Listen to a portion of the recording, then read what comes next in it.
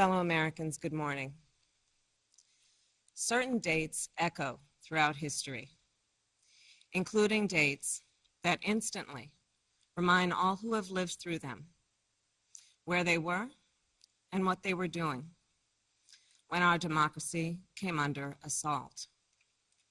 Dates that occupy not only a place on our calendars, but a place in our collective memory. December 7th, 1941, September 11th, 2001, and January 6th, 2021. On that day, I was not only Vice President-elect, I was also a United States Senator.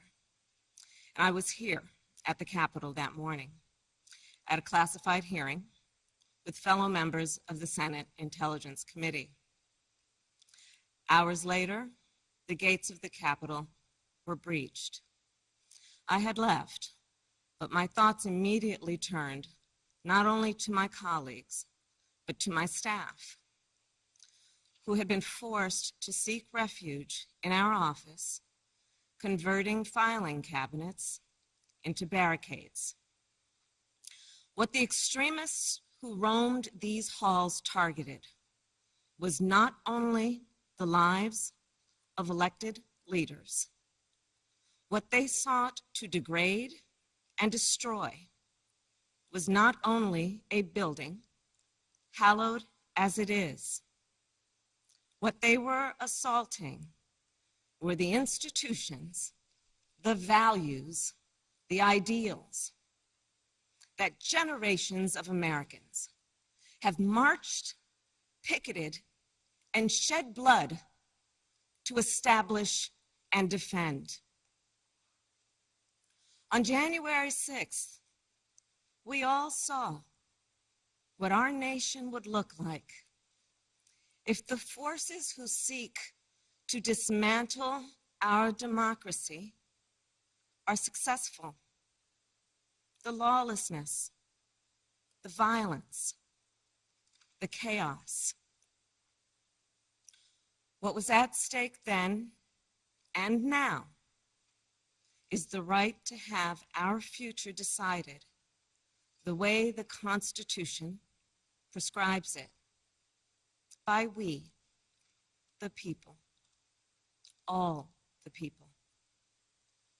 We cannot let our future be decided by those bent on silencing our voices, overturning our votes, and peddling lies and misinformation by some radical faction that may be newly resurgent, but whose roots run old and deep.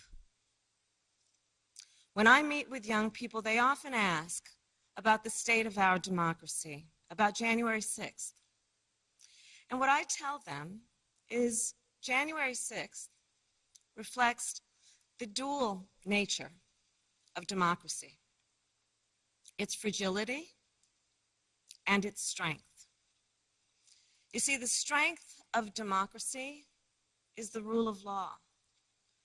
The strength of democracy is the principle that everyone should be treated equally, that elections should be free and fair, that corruption should be given no quarter.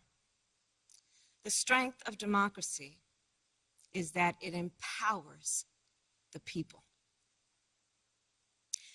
And the fragility of democracy is this, that if we are not vigilant, if we do not defend it, democracy simply will not stand. It will falter and fail. The violent assault that took place here, the very fact of how close we came to an election overturned, that reflects the fragility of democracy. Yet, the resolve I saw in our elected leaders when I returned to the Senate chamber that night, their resolve not to yield, but to certify the election, their loyalty not to party or person, but to the Constitution of the United States. That reflects its strength. And so, of course, does the heroism of the Capitol Police, the DC Metropolitan Police Department, the National Guard, and other law enforcement officers who answered the call that day, including those who later succumbed to wounds, both visible and invisible. Our thoughts are with all of the families who have lost a loved one. You know, I wonder, how will January 6th come to be remembered in the years ahead? Will it be remembered as a moment that accelerated the unraveling of the oldest, greatest democracy in the world? Or a moment when we decided to secure and strengthen our democracy for generations to come? The American spirit is being tested. The answer to whether we will meet that test resides where it always has resided in our country, with you, the people. And the work ahead will not be easy. Here in this very building, a decision will be made about whether we uphold the right to vote and ensure free and fair elections. Let's be clear, we must pass the voting rights bills that are now before the Senate. And the American people must also do something more. We cannot sit on the sidelines. We must unite in defense of our democracy in order to form a more perfect union, establish justice, ensure domestic tranquility, provide for the common defense, promote the general welfare, and secure the blessings of liberty to ourselves and to our prosperity and posterity. That is the preamble of the Constitution that President Biden and I swore an oath to uphold and defend. And that is the enduring promise of the United States of America.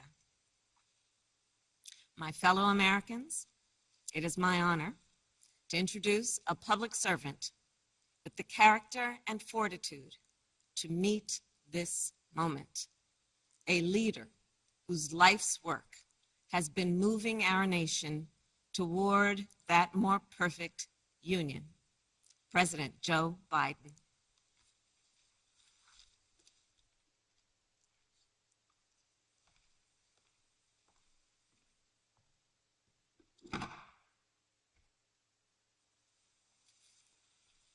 Madam Vice President, my fellow Americans, to state the obvious, 1 year ago today, in this sacred place, democracy was attacked, simply attacked. The will of the people was under assault. The Constitution, our Constitution, faced the gravest of threats. Outnumbered in the face of a brutal attack, the Capitol Police, the DC Metropolitan Police Department, the National Guard, and other brave law enforcement officials saved the rule of law. Our democracy held. We, the people, endured. We, the people, prevailed. For the first time in our history, a president had not just lost an election, he tried to prevent the peaceful transfer of power as a violent mob breached the Capitol. But they failed. They failed. And on this day of remembrance, we must make sure that such attack never, never happens again. I'm speaking to you today from Statuary Hall in the United States Capitol. This is where the House of Representatives met for 50 years in the decades leading up to the Civil War. This is on this floor.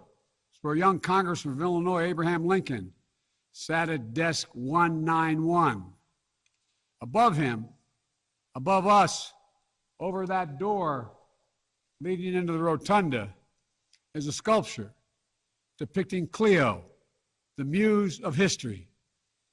In her hands, an open book in which she records the events taking place in this chamber below.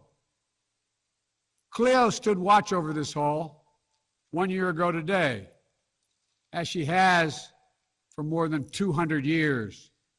She recorded what took place, the real history, the real facts, the real truth, the facts and the truth that Vice President Harris just shared, and that you and I and the whole world saw with our own eyes. The Bible tells us that we shall know the truth, and the truth shall make us free. We shall know the truth. Well, here is the God's truth about January 6, 2021. Close your eyes.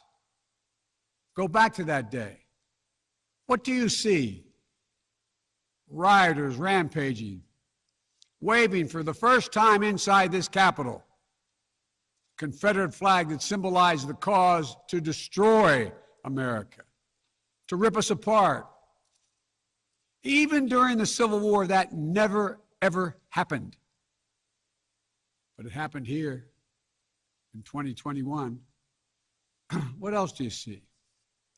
A mob breaking windows, kicking in doors, breaching the Capitol. American flags on poles being used as weapons, as spears. Fire extinguishers being thrown at the heads of police officers. A crowd that professes their love for law enforcement assaulted those police officers, dragged them, sprayed them, stomped on them. Over 140 police officers were injured. We all heard the police officers who were there that day testify to what happened. One officer called it, quote, a medieval battle, and that he was more afraid that day than he was fighting the war in Iraq. They've repeatedly asked since that day, how dare anyone diminish, belittle, or deny the hell they were put through? We saw with our own eyes. Rioters menaced these halls, threatening the life of the Speaker of the House, literally erecting gallows to hang the Vice President of the United States of America. What did we not see? We didn't see a former president who had just rallied the mob to attack, sitting in the private dining room off the Oval Office in the White House, watching it all on television and doing nothing for hours as police were assaulted, lives at risk, the nation's capital under siege. This wasn't a group of tourists. This was an armed insurrection. They weren't looking to uphold the will of the people. They were looking to deny the will of the people. They weren't looking to uphold a free and fair election. They were looking to overturn one. They weren't looking to save the cause of America. They were looking to subvert the Constitution. This isn't about being bogged down in the past. This is about making sure the past isn't buried. That's the only way forward. That's what great nations do. They don't bury the truth. They face up to it. Sounds like hyperbole, but that's the truth. They face up to it. We are a great nation. My fellow Americans, in life there's truth, and tragically there are lies. Lies conceived and spread for profit and power. We must be absolutely clear about what is true and what is a lie. And here's the truth. The former President of the United States of America has created and spread a web of lies about the 2020 election. He's done so because he values power over principle, because he sees his own interest is more important than his country's interest, than America's interest. And because his bruised ego matters more to him than our democracy or our Constitution, he can't accept he lost, even though that's what 93 United States senators, his own attorney general, his own vice president, governors and state officials in every battleground state have all said he lost. That's what 81 million of you did as you voted for a new way forward. He has done what no president in American history, the history of this country, has ever done. He refused to accept the results of an election and the will of the American people. While some courageous men and women in the Republican Party are standing against it, trying to uphold the principle of that party, too many others are transforming that party into something else. They seem no longer to want to be the party of Lincoln, Eisenhower, Reagan, the Bushes. But whatever my other disagreements are with Republicans who support the rule of law and not the rule of a single man, I will always seek to work together with them to find shared solutions where possible. Because if we have a shared belief in democracy, then anything is possible. Anything. And so at this moment, we must decide, what kind of nation are we going to be? Are we going to be a nation that accepts political violence as a norm? Are we going to be a nation where we allow partisan election officials to overturn the legally expressed will of the people? Are we going to be a nation that lives not by the light of the truth, but in the shadow of lies? We cannot allow ourselves to be that kind of nation. The way forward is to recognize the truth and to live by it. The big lie being told by the former president and many Republicans who fear his wrath is that the insurrection in this country actually took place on Election Day, November 3rd, 2020. Think about that. Is that what you thought? Is that what you thought when you voted that day? Taking part in an insurrection? Is that what you thought you were doing? Or did you think you were carrying out your highest duty as a citizen and voting? The former president's supporters are trying to rewrite history. They want you to see Election Day as the day of insurrection. And the riot that took place here on January 6th as a true expression of the will of the people. Can you think of a more twisted way to look at this country, to look at America? I cannot. Here's the truth. The election of 2020 was the greatest demonstration of democracy in the history of this country. More of you voted in that election than have ever voted in all of American history. Over 150 million Americans went to the polls and voted that day.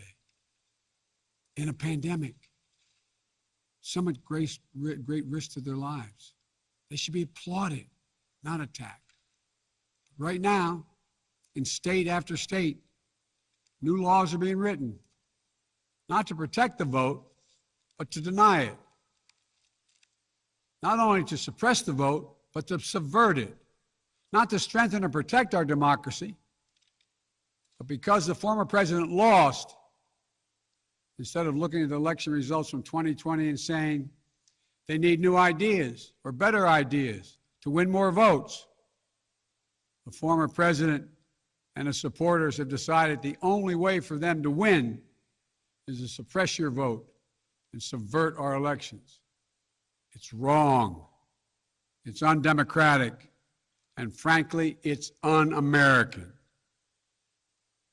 The second big lie being told by the former president and his supporters is that the results of the election of 2020 can't be trusted. The truth is that no election in American history has been more closely scrutinized or more carefully counted. Every legal challenge questioning the results in every court in this country that could have been made was made and was rejected, often rejected by Republican-appointed judges, including judges appointed by the former president himself, from state courts to the United States Supreme Court. Recounts were undertaken in state after state. Georgia counted its results 3 times, with 1 recount by hand. Phony partisan audits were undertaken long after the election in several states. None changed the results. And in some of them, the irony is the margin of victory actually grew slightly. So let's speak plainly about what happened in 2020. Even before the first ballot was cast, the former president was preemptively sowing doubt about the election results. He built his lie over months. Wasn't based on any facts. He was just looking for an excuse, a pretext, to cover for the truth. He's not just a former president. He's a defeated former president. Defeated by a margin of over 7 million of your votes in a full and free and fair election. There is simply zero proof the election results were inaccurate. In fact, in every venue where evidence had to be produced, an oath to tell the truth had to be taken, the former president failed to make his case. Just think about this. The former president and his supporters have never been able to explain how they accept as accurate the other election results that took place on November 3rd. The elections for governor, United States Senate, House of Representatives. Elections which they closed the gap in the House. They challenged none of that. The president's name was first. Then we went down the line. Governors, senators, House of Representatives. Somehow those results are accurate on the same ballot. But the presidential race was flawed. And on the same ballot, the same day, cast by the same voters. The only difference, the former president didn't lose those races. He just lost the one that was his own. Finally, the third big lie being told by a former president and his supporters is that the mob who sought to impose their will through violence are the nation's true patriots.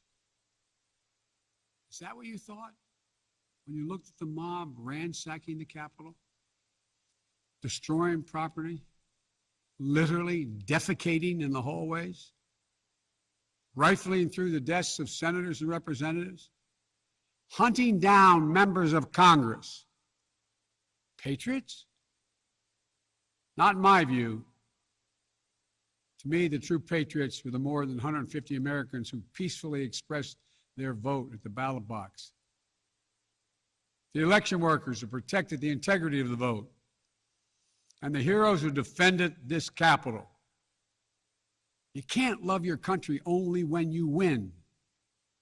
You can't obey the law only when it's convenient. You can't be patriotic when you embrace and enable lies. Those who stormed this Capitol, and those who instigated and incited, and those who called on them to do so, held a dagger at the throat of America, at American democracy. They didn't come here out of patriotism or principle. They came here in rage, not in service of America, but rather in service of one man. Those who incited the mob, the real plotters who were desperate to deny the certification of this election and defy the will of the voters. But their plot was foiled. Congressmen, Democrats, and Republicans stayed. Senators, representatives, staff, they finished their work the Constitution demanded. They honored their oath to defend the Constitution against all enemies, foreign and domestic. Look, folks, now it's up to all of us, to we the people, to stand for the rule of law, to preserve the flame of democracy, to keep the promise of America alive. That promise is at risk, targeted by the forces that value brute strength over the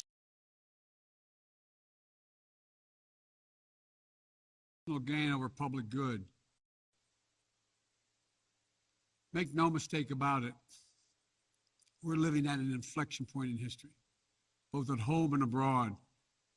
We're engaged anew in a struggle between democracy and autocracy, between the aspirations of the many and the greed of the few,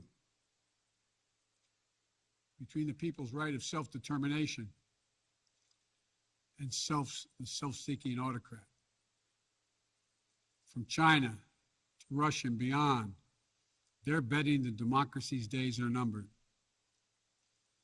They've actually told me democracy is too slow, too bogged down by division to succeed in today's rapidly changing, complicated world. And they're betting America will become more like them and less like us. They're betting America is a place for the autocrat, the dictator, the strongman. I do not believe that. That is not who we are. That is not who we have ever been. And that is not who we should ever, ever be. Our founding fathers, as imperfect as they were, set in motion an experiment that changed the world, literally changed the world. Here in America, the people would rule.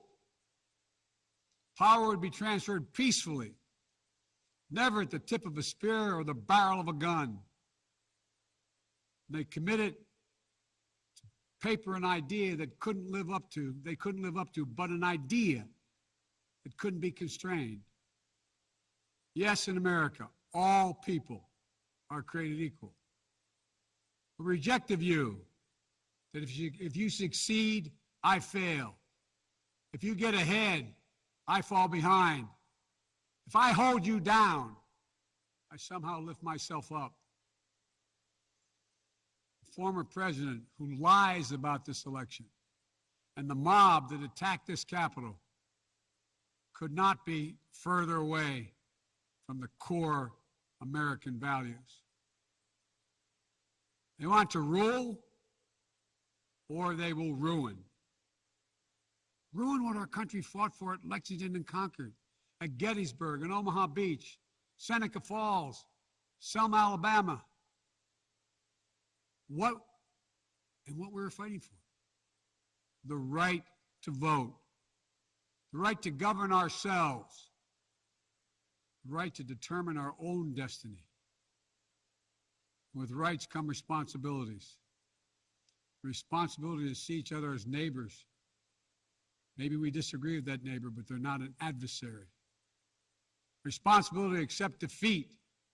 Then get back in the arena and try again the next time to make your case. Responsibility to see that America is an idea. An idea requires vigilant stewardship. As we stand here today, 1 year since January 6, 2021, the lies that drove the anger and madness we saw in this place, they have not abated. So we have to be firm, resolute, and unyielding in our defense of the right to vote and to have that vote counted. Some have already made the ultimate sacrifice in this sacred effort. Jill and I have mourned police officers in this Capitol Rotunda not once but twice in the wake of January 6th. Once to honor Officer Brian Sicknick, who lost his life the day after the attack, and a second time to honor Officer Billy Evans, who lost his life defending this Capitol as well. We think about the others who lost their lives and were injured, and everyone living with the trauma of that day, from those defending this Capitol, to members of Congress in both parties and their staffs, to reporters, cafeteria workers, custodial workers, and their families. Don't kid yourself. The pain and scars from that day run deep. I've said it many times, and it's no more true or real than we think about the events of January 6th. We are in a battle for the soul of America. A battle that by the grace of God and the goodness and gracious and greatness of this nation, we will win. Believe me, I know how difficult democracy is, and I'm crystal clear about the threats America faces. But I also know that our darkest days can lead to light and hope. From the death and destruction, as the Vice President referenced in Pearl Harbor, came the triumph over the forces of fascism. From the brutality of Bloody Sunday on the Edmund Pettus Bridge came historic voting rights legislation. So now let's step up, write the next chapter in American history, where January 6th marks not the end of democracy, but the beginning of a renaissance of liberty and fair play. I did not seek this fight brought to this Capitol 1 year ago today, but I will not shrink from it either. I will stand in this breach. I will defend this nation, and I will allow no one to place a dagger at the throat of democracy. We will make sure the will of the people is heard, that the ballot prevails, not violence, that authority in this nation will always be peacefully transferred. I believe the power of the presidency and the purpose is to unite this nation, not divide it, to lift us up, not tear us apart. To be about us, not about me. Deep in the heart of America burns a flame, lit almost 250 years ago, of liberty, freedom, and equality. This is not a land of kings or dictators or autocrats. We're a nation of laws, of order, not chaos, of peace, not violence. Here in America, the people rule through the ballot, and their will prevails. So let us remember, together, we're one nation, under God, indivisible. That today, tomorrow, and forever at our best, we are the United States of America. God bless you all. May God protect our troops. And may God bless those who stand watch over our democracy.